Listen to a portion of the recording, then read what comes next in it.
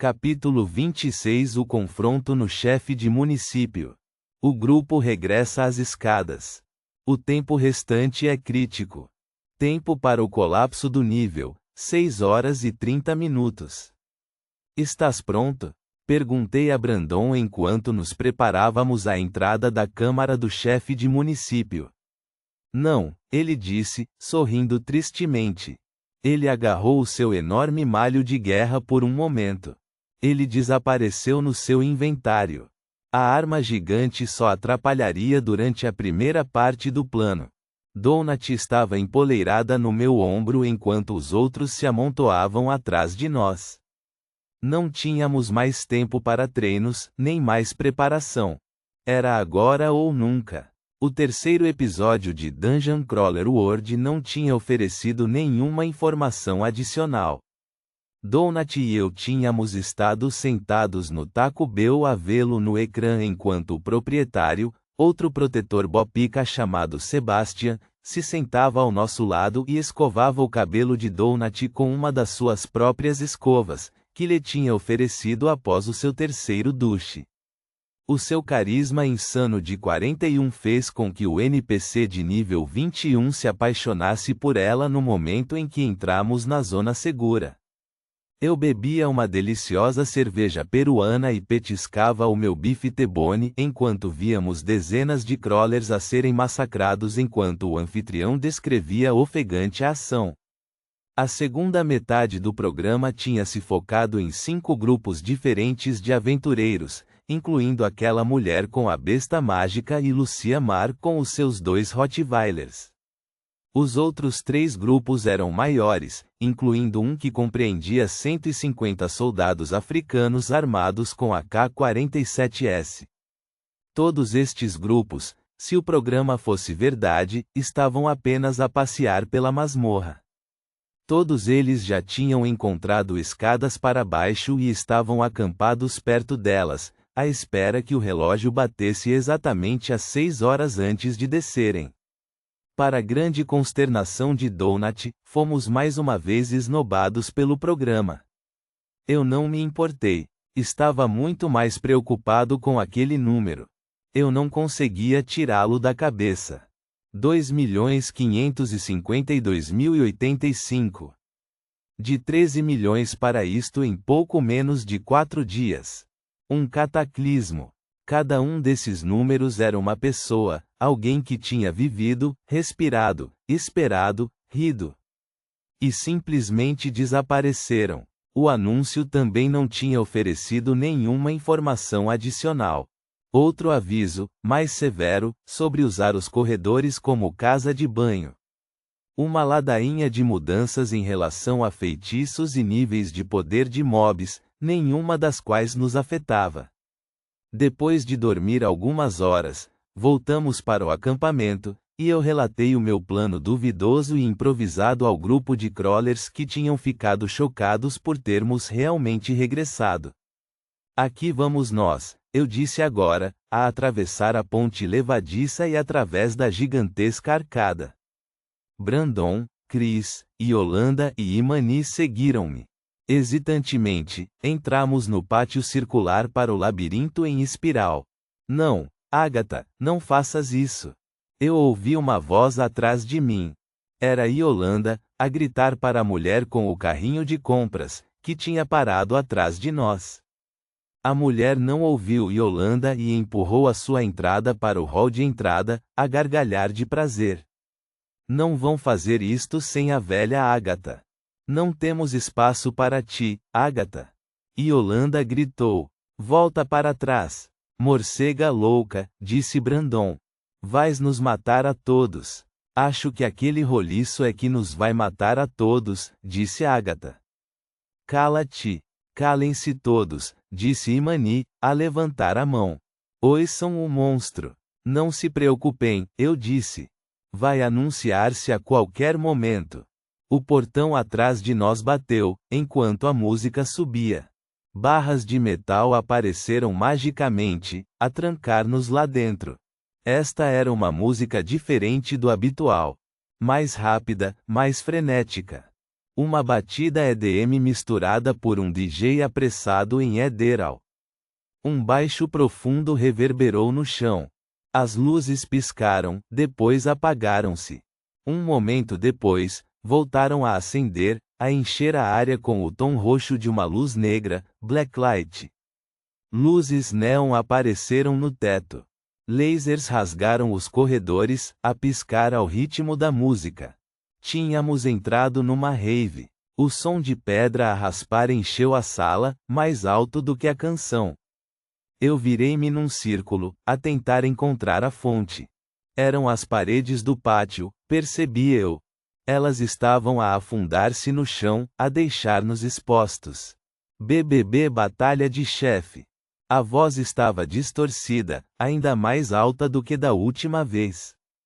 Vocês descobriram o covil de um chefe de município? Minhas senhoras e meus senhores, é hora do evento principal. Estão prontos? Conseguem sentir que está a chegar? Eu disse, estão prontos? Eu quero que batam palmas. E aqui. Vamos. Nós. Eu fiz uma careta enquanto esperava que as paredes do pátio circular terminassem de afundar-se na terra. Eu virei-me para Brandon. Prepara-te. Eu tive que gritar as palavras. O homem assentiu. O suor escorria pela sua testa. Atrás, os outros três espalharam-se. Chris e a baixa Yolanda pareciam absolutamente aterrorizados. Imani agarrava a sua espada com as duas mãos, parecendo sombria. Agatha estava ali, aparentemente alheia, a coçar um cabelo entre os seus dois olhos bulbosos. Os nossos 7 magshots apareceram a flutuar no ar, um por um. Notei que estávamos em 3 grupos. A corte real da princesa Donut, Meadowlark, e Agatha era apenas Crawler Agatha. O gigante versus esmagou-se no lugar. A palavra metálica estava numa fonte prateada em vez de bronze desta vez. As palavras irromperam em chamas, e embora isto fosse supostamente texto virtual, eu senti uma explosão de calor. E foi aí que o vimos. Com a parede totalmente retraída, um corredor estendeu-se diante de nós, como se estivéssemos parados no patamar antes de um túnel de metro, mas sem a descida.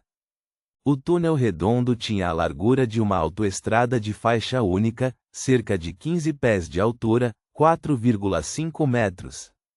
A criatura rugiu mesmo à nossa frente, surpreendentemente rápida, a mover-se da direita para a esquerda. Era maciça, feita de carne, a rolar como um pinball. Cheirava a esgoto e carne podre. Grunhia e guinchava, um ruído agudo e zangado de porco. A carne era rosa, ondulante, coberta de olhos e pelos aleatórios e presas. Mas havia algo mais ali também. Retalhos aleatórios de pano preto e branco estavam incrustados na carne, misturados com faixas de tecido de lantejoulas vermelhas. Que raio é aquilo? Brandon gritou. Parece que o mundo congelou. A bola de suínos. Chefe de município de nível 15.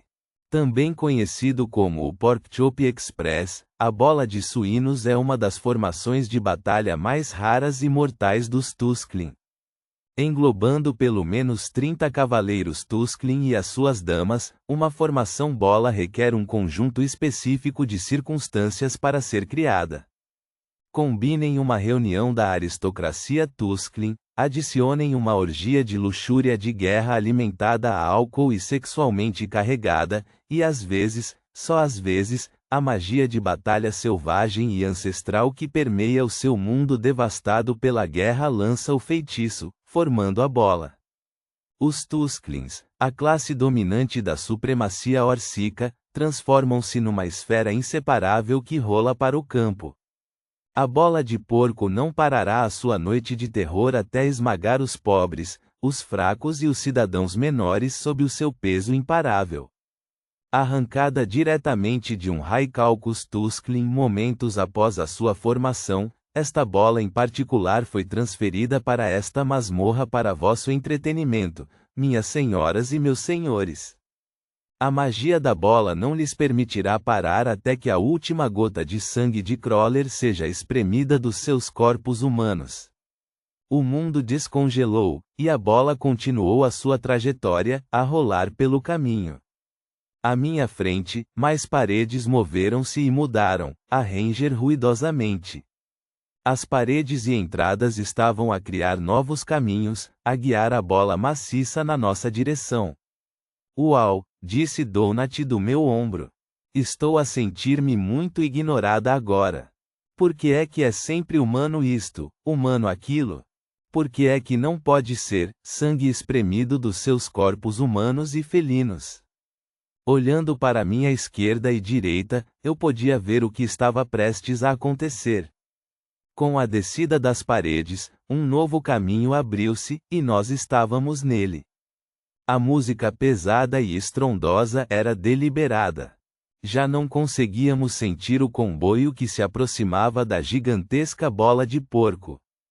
A sua velocidade atual circularia sobre nós num minuto, talvez menos. Mexam-se! Eu gritei. Para onde? Chamou Brandon. Para longe daqui, eu disse. Eu tirei a primeira de várias tiras de picos do meu inventário e deixei-a cair no chão antes de avançar. Nós avançamos em direção ao caminho longo e largo por onde a bola tinha acabado de passar rapidamente. Um momento depois, a bola passou de novo, exatamente onde tínhamos estado parados, a falhar Agatha e o seu carrinho de compras por polegadas. A mulher gargalhou de alegria enquanto o vento guinchante levantava as abas do seu chapéu. No breve momento em que passou, eu vislumbrei um rosto Tusklin a sobressair do lado central da bola, a girar como uma jante de carro ornamental. A criatura orc era grande e carnuda, pelo que pude perceber. Tinha uma cara de javali montês, o dobro da largura de uma pessoa. O rosto tinha 4 presas. 2 presas longas e curvas e um segundo par mais atrás, cruzadas em frente ao seu rosto feio. Esta era fêmea, eu deduzi. Sombra roxa corria do topo do seu olhar preto e bulboso. As suas presas cruzadas estavam perfuradas em vários lugares. Ela também parecia ter uma flor roxa gigante na cabeça, mas a flor estava pressionada na carne rosa da bola, completamente achatada. A sua boca estava aberta num guinchido constante e zangado. Acima da monstruosidade, apareceu uma barra de saúde. Estava totalmente verde, mas a tira de picos tinha-a danificado por pelo menos um único ponto. Isso era bom. Uma parede subiu no ar, a impedir-nos de voltar na direção de onde tínhamos acabado de vir. O nosso plano não tinha antecipado que as paredes iam mudar. Olhando para o chão, eu podia ver um sulco a formar-se na pedra, múltiplos círculos concêntricos a levar para o centro da pequena arena. Alguns dos sulcos levavam diretamente para as paredes. Entre os sulcos, dezenas de linhas longas e retas cruzavam o chão em ângulos retos. Era aqui que as paredes iriam subir e descer. Precisávamos de encontrar uma área plana larga o suficiente para o nosso reduto. Quanto mais fundo fôssemos, mais perto das escadas, mais rapidamente a bola de porco circularia. Procurem pedaços sólidos de chão. Grandes, sem sulcos. Eu gritei enquanto atirava uma segunda tira de picos para o chão. E vamos! Uma entrada para o anel seguinte apareceu cerca de 10 pés atrás de nós. Mexam-se! Eu gritei. Corremos para o pequeno portão, Agatha a ir primeiro. Um pedaço de pedra começou a subir do chão enquanto eu corria, a tropeçar. Ali! Chamou Imani, a apontar para um grande quadrado no chão através de uma segunda porta, mais um círculo para dentro. Era como uma lacuna no caminho, projetada para abranger 2 círculos de uma só vez. Vamos! Eu gritei, a avançar e a deixar cair uma terceira e uma quarta tira de picos. Apesar do baixo pesado, senti a bola a passar rapidamente do outro lado da parede. Guinchos agudos dispararam como o chiar de um carro de corrida. Está a ficar mais rápido. Corremos para o centro do quadrado. Este pedaço do chão era como um desvio de caminho de ferro, um lugar onde a bola podia mudar de caminho. O espaço tinha cerca de 15 pés por 15 pés, 4,5 metros por 4,5 metros, sem fendas. Perfeito. Está a vir desta forma, eu disse, a apontar para a direita. Acho que precisa de 2 loops para chegar aqui. Vamos fazer isto. Exatamente como praticamos. Vamos. Eu apontei para Agatha. Tu, senta-te no chão no meio, e não te mexas. Eu não vou deixar o meu. Ei! Gritou Agatha enquanto eu agarrei o carrinho pesado de ambos os lados e o levantei no ar, a desperdiçar alguns segundos preciosos para o colocar no meu inventário. Ladrão! Ela gritou. Ladrão! Agatha, ele vai devolver. Senta-te! Gritou Yolanda enquanto ela começava a puxar os seus reforços em forma de V do seu inventário. Eu ignorei a mulher louca e a gritar enquanto puxava a pesada mesa Goblin do meu próprio inventário e a colocava de lado. À minha volta, os outros puseram-se a trabalhar. Tínhamos praticado isto durante horas. Tínhamos conseguido fazê-lo em menos de 20 segundos para a estrutura principal, e mais 20 para montar tudo.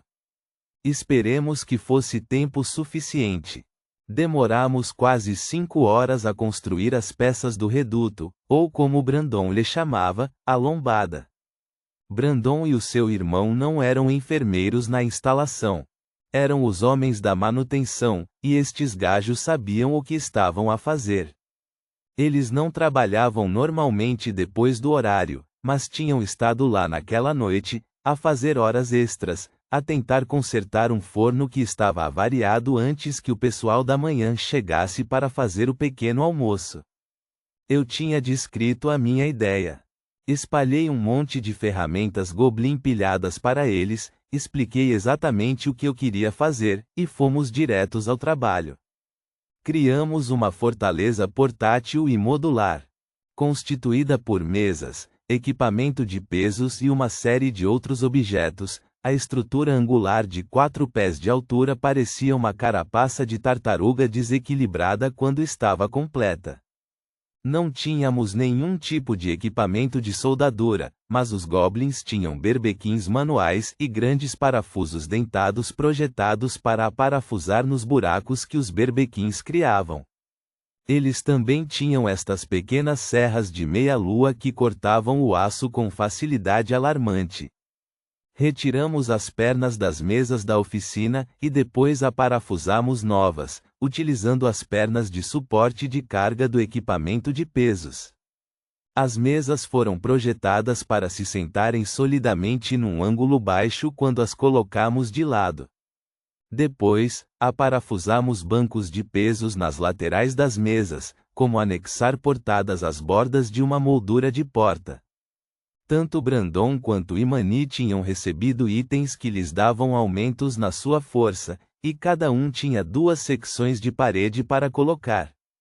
As peças eram grandes e difíceis de manusear, e pesadas como o diabo, mas quando colocadas na ordem correta, Imani, depois Brandon, depois Imani, depois eu com a peça maior, e depois finalmente Brandon, as múltiplas peças deslizaram juntas, parafusos a moverem-se para buracos precisamente colocados. Brandon e eu passamos para o teto, feito das barras transversais dos racks de pesos, enquanto Chris e Imani torciam enormes parafusos borboleta do tamanho de um punho, a fixar as peças. Yolanda puxou o resto dos reforços angulares do seu inventário, a deslizá-los para o lugar um após o outro, a mover-se num círculo em torno da circunferência da defesa semelhante a um pentágono. Isto é exatamente como algo que fariam naquele programa, The Team, exclamou Donut quando praticamos isto antes. Ou talvez MacGyver. O verdadeiro MacGyver com o cabelo e o Startgate. Não aquele remake abismal. Eu gostei desse programa, disse Chris enquanto trabalhava. Foi a primeira e única vez que o ouvi falar. Qual deles? Deatin ou MacGyver? Perguntou Donut. Ou queres dizer o remake? Por favor, diz-me que não queres dizer o remake. Chris nunca respondeu. Assim que o topo foi aparafusado no lugar, Brandon, Imani e eu passamos para a última parte, crucial. Os apoios para o teto. 5 barras de halteres resistentes projetadas para suportar mais de 1.000 libras, 450 kg, de peso cada. Eu descobri que se eu segurasse a minha mão exatamente no lugar correto e chamasse o poste pesado do inventário, ele encaixava-se perfeitamente entre o teto e o chão, sólido como um pilar de betão. A nossa mini fortaleza tinha uma área utilizável de cerca de 10 por 10 pés, 3 metros por 3 metros, e tínhamos que nos mover de gatas. Era apertado quando éramos apenas os 6, mas com a adição de Agatha, que continuava a lamentar-se sobre o seu maldito carrinho de compras, mal conseguíamos mover-nos sem bater uns nos outros. E porque ela se juntou a nós, não tínhamos espaço para colocar o poste central final.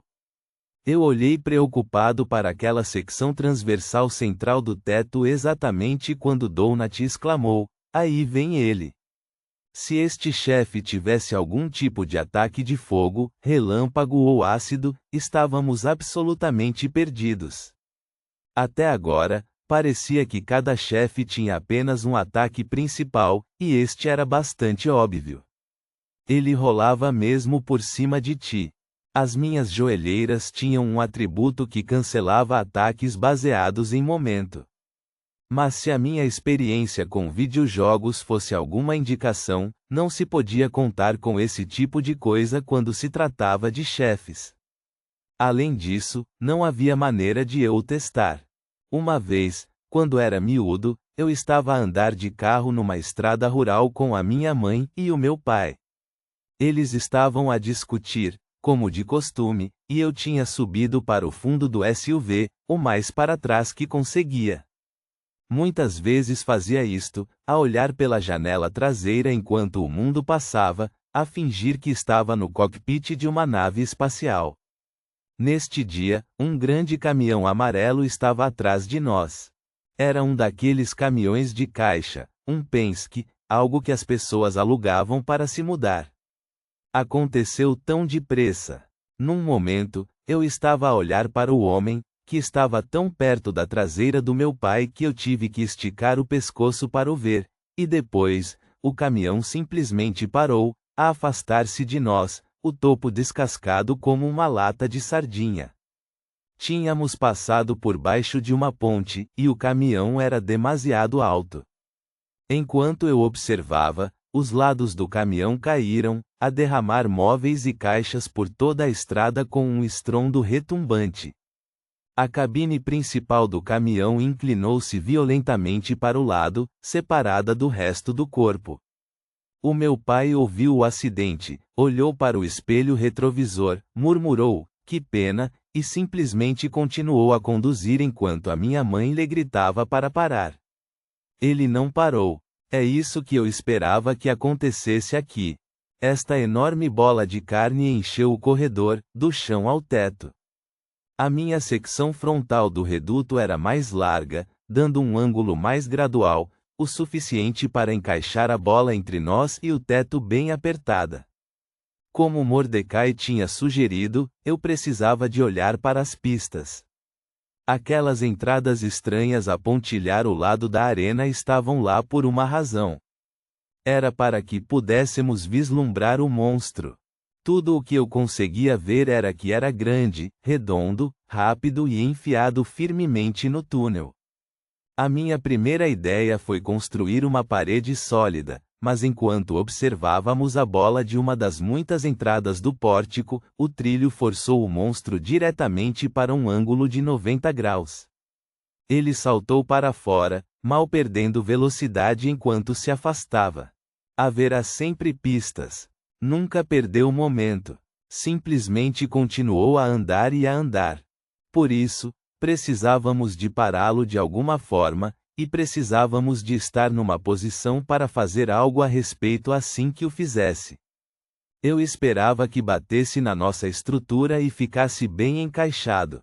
A partir daí, Imani esfaquearia, Donut dispararia mísseis, Chris lançaria os seus feitiços, e o resto de nós espetaria as nossas lanças improvisadas com pontas de Ninja Star no chefe até que a sua saúde acabasse.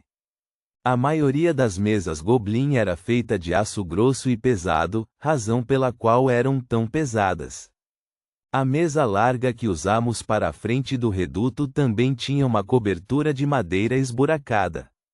Brandon, Chris e eu tínhamos passado uns bons 5 minutos a atirar 50 das minhas Shuriken Ninja profundamente na madeira, adicionando picos pretos à rampa. Picos que, esperançosamente, danificariam o chefe cada vez que perfurassem a sua carne. Infelizmente, apenas cerca de 20 das estrelas permaneceram inteiras. Essa parte tinha sido ideia de Brandon. Eu tinha lhe mostrado as Shuriken e permitido que ele lesse a descrição. Estas coisas são muito mais poderosas do que tu pensas, ele tinha dito, a voz cheia de espanto. Faz as contas. Dano composto significa que se picares algo 200 vezes, é como se fossem literalmente milhões de pontos de dano. Eu não faço contas, eu disse. Mas sei que não vamos picar nada 200 vezes com estas coisas. Vê, eu puxei uma única estrela. Eu tinha atestado antes para ver se eu tinha algum tipo de habilidade ninja. Ela tinha recebido uma única lasca, e o encantamento vermelho tinha desaparecido.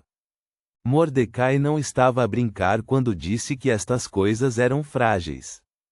Elas foram claramente feitas para serem usadas apenas uma vez, temperando o seu valor. Apesar da sua fragilidade, tínhamos usado várias das estrelas para criar as tiras de picos, nada mais do que um par de estrelas colocadas entre dois pedaços de madeira aparafusada. Elas sobreviveriam a uma ou duas espetadelas antes de partirem. As tiras não iriam parar o monstro sozinhas, mas cada vez que ele passasse por cima de uma, a quantidade de dano infligido ao chefe aumentaria em 8%. Segurem-se, eu gritei, a agarrar-me à parede enquanto o monstro avançava em direção a nós, incrivelmente rápido. Estrondo. Toda a estrutura estremeceu e deslizou com um guinchido horripilante. Todos os 4 apoios do teto saltaram do lugar e voaram. Um ricocheteou com força em Yolanda, atirando-a ao chão. O terrível mau cheiro encheu a câmara agora escura. Um guinchido agudo e interminável encheu o ar. Nós conseguimos. O teto arqueou-se, a dobrar-se de forma ameaçadora enquanto quadrados escuros de carne empurravam através dos espaços vazios do padrão de treliça. O teto ia partir. Íamos ser esmagados. A bola tinha conseguido espremer-se entre o topo do túnel e a nossa fortaleza, a pressão maciça a empurrar para baixo contra a nossa defesa. Esfaqueiem! Eu gritei enquanto o stick apareceu na minha mão. Era metade de uma barra fixa com uma braçadeira Goblin na ponta, agarrada a um aglomerado de 3 estrelas amarradas. Eu esperava que fosse menos provável que partissem se estivessem agrupadas. Eu esfaqueei para cima, a picar a carne. Parecia que eu não estava a fazer nada. Ao meu lado, Imani lutava para conseguir inclinar a sua espada longa e passá-la pelos buracos no teto. Ela estava a empurrar a sua espada até ao fim e a puxar para fora, repetidamente. Porcos guinchavam, sangue chovia. A música acelerou. À minha esquerda, parafusos saltaram dos buracos, a disparar como balas. Um atingiu Agatha, que não pareceu notar apesar de um poço de sangue que apareceu. Ela ainda estava a gritar algo sobre o seu carrinho de compras. Acima, a pressão cresceu. Eu esfaqueei, e eu esfaqueei. E então, exatamente quando o topo colapso, eu perfurei para cima e houve um poderoso pop. Como um balão. Tusclins machos e fêmeas de smoking e vestidos de gala, e com glitter, choveram sobre nós enquanto a nossa malfadada fortaleza colapsava. O teto em padrão de treliça partiu-se em pedaços, o metal a retinir e a dobrar-se onde estava aparafusado. A minha lança improvisada foi apanhada num dos buracos do teto. Ela foi arrancada das minhas mãos enquanto eu era violentamente esmagado no chão. Eu arqueei as minhas costas, a proteger Donut sob o meu corpo. Guinchos e gritos e berros encheram o hall enquanto o meu minimapa se transformava numa massa de pontos vermelhos. Um orc gordo e pesado embateu em mim, e nós ambos rolamos, emaranhados em pedaços do teto. Donut uivou e saltou para longe. O tampo da mesa coberto de Ninja Star estava partido à minha direita. Um punhado de estrelas ainda brilhava a vermelho, e a criatura rolou sobre elas, a guinchar de dor. Eu levantei-me cambaleante exatamente quando Donut saltou para o meu ombro. Ela estava a gritar algo incoerente, a disparar mísseis mágicos a queima-roupa contra os Tusclins, que disparavam para trás a cada acerto. Eu pisei o Tusclin a guinchar, a esmagá-lo mais fundo na madeira coberta de shuriken. A sua barra de saúde desceu, lentamente ao início e depois simplesmente caiu à medida que o bônus de dano exponencial se ativou. Metade das criaturas já estava morta. Eu cruzei os olhos com o Tusclin mais próximo, um macho de smoking. Estava desarmado e completamente desorientado. Ele segurava o que parecia ser uma flauta de vinho na mão que estava milagrosamente intacta e ainda cheia de álcool. As criaturas eram estranhas, muito mais baixas do que eu tinha antecipado. Elas tinham corpos e torsos grandes e largos, 1,5 vezes mais volumosos do que um humano normal. As suas grandes cabeças de javali estavam demasiado perto dos ombros, fazendo-as parecer sem pescoço. Mas da cintura para baixo, os seus corpos eram comicamente curtos. As bestas tinham apenas cerca de 4,5 pés de altura, 1,37 m. Eu examinei rapidamente as suas propriedades enquanto a criatura cambaleante puxava a flauta de vinho para a boca. Cavaleiro Tusclin. Nível 4. Quando se trata do Tusclin, os seus títulos são tão precisos quanto as suas fotos de website de encontros. Os outrora poderosos guerreiros conquistaram a supremacia orcica há centenas de anos, derrotando todos os outros clãs. São agora conchas dos poderosos guerreiros que foram. O honorário, cavaleiro, traduz-se aproximadamente como burocrata alcoólico e com excesso de peso que passa os seus dias a fazer novas leis para oprimir os pobres e as suas noites a beber e a ser sodomizado. Os cavaleiros e as suas contrapartes femininas ligeiramente mais perigosas, as cortesãs Tusclin, só são adversários dignos quando se juntam para formar uma formação de batalha Tusclin ancestral conhecida como uma bola de suínos. Eu formei um punho. Nas minhas costas, eu chamei Donut. Ela estava sem mísseis mágicos, e já tinha tomado uma poção de mana. Ela mergulhou sob a minha capa, a agarrar-se às costas do meu casaco como uma mochila. Ela apareceria quando tivesse mana suficiente regenerado para lançar outro míssil por cima do meu ombro. Eu puxei o meu braço para trás e soquei o cavaleiro gordo de smoking com toda a minha força. A saúde do homem-porco já estava no vermelho, e o seu rosto cedeu sob o golpe esmagador da manopla com picos. Ele caiu, ainda agarrado ao seu copo de vinho. Metade do seu focinho permaneceu preso ao meu punho. Milagrosamente, eu não senti nada. Eu só senti o impacto no meu braço. Não na minha mão. Sim, eu disse, a virar-me para o meu próximo oponente enquanto sacudia o sangue. Uma fêmea. Uma cortesã. Os homens eram todos de nível 4, e as mulheres eram todas de nível 5. Esta era ligeiramente mais alta e mais gorda do que as outras. Ela usava um vestido vermelho a brilhar com múltiplas tiras de couro em laços sobre e à sua volta como um colete. Parecia algum tipo de outfit estranho de BDSM. Ela também estava a olhar em volta, atordoada, e a gritar de confusão. Parecia que eles não tinham memórias do seu tempo na bola de porco. Eram vítimas, tal como todos os outros chefes tinham sido. Mas os seus pontos eram vermelhos, o tempo estava a esgotar-se, e não eram humanos. Eu dei um passo em frente, e eu balancei. O soco derrubou a sua saúde até metade. Ela atingiu o chão com um uff, a levantar os braços para bloquear os golpes. Eu chutei-a selvaticamente, a gritar, talvez a chorar. Eu chutei e chutei até que a sua barra de saúde desapareceu. Atrás da mulher, Imani também estava a gritar, a balançar a sua espada enquanto as lágrimas escorriam pelo seu rosto. Ela estava por cima do corpo prostrado de Yolanda, cuja barra de saúde estava alarmantemente baixa. Brandon tinha recuperado o seu malho gigante, que brilhava com relâmpagos quando ele o balançava. Chris rodopiava uma lança mágica etérea. A lança era um feitiço que ele podia lançar. Durava 5 minutos. Agatha não se tinha mexido, mas levantou-se assim que as paredes caíram. O sangue jorrava pela lateral da sua cabeça, os seus olhos arregalados enquanto ela observava a ação. Ela apertou as mãos. Todas as paredes internas tinham retraído assim que rebentamos a bola de suínos. Tínhamos passado de um corredor apertado para um campo aberto e largo.